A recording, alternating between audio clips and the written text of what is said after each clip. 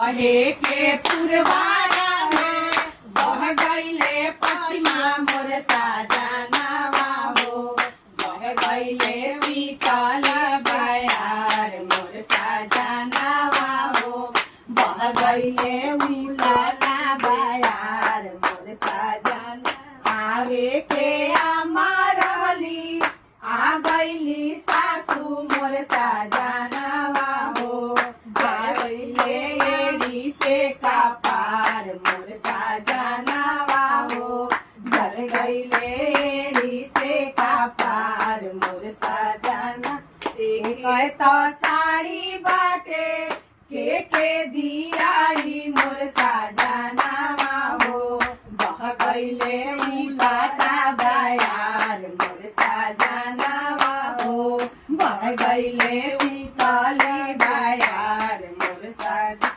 आवे के भाभी रहली आ गईली दो तीन मोर साजनवा हो। झर गईले एड़ी से का पार मोर साजनवा हो।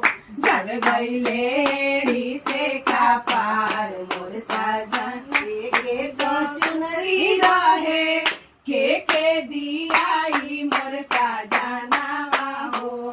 बह गईले शीतल बयार मोर साजनवा हो।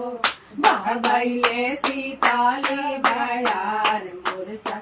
आवे के भाभी रहली आ गईली ननद मोर साजनवा हो। बह गईले एड़ी से का पार मोर साजनवा हो। झर गईले एड़ी से का पार। के गो कंगन रहे के दियाई मोर साजनवा हो।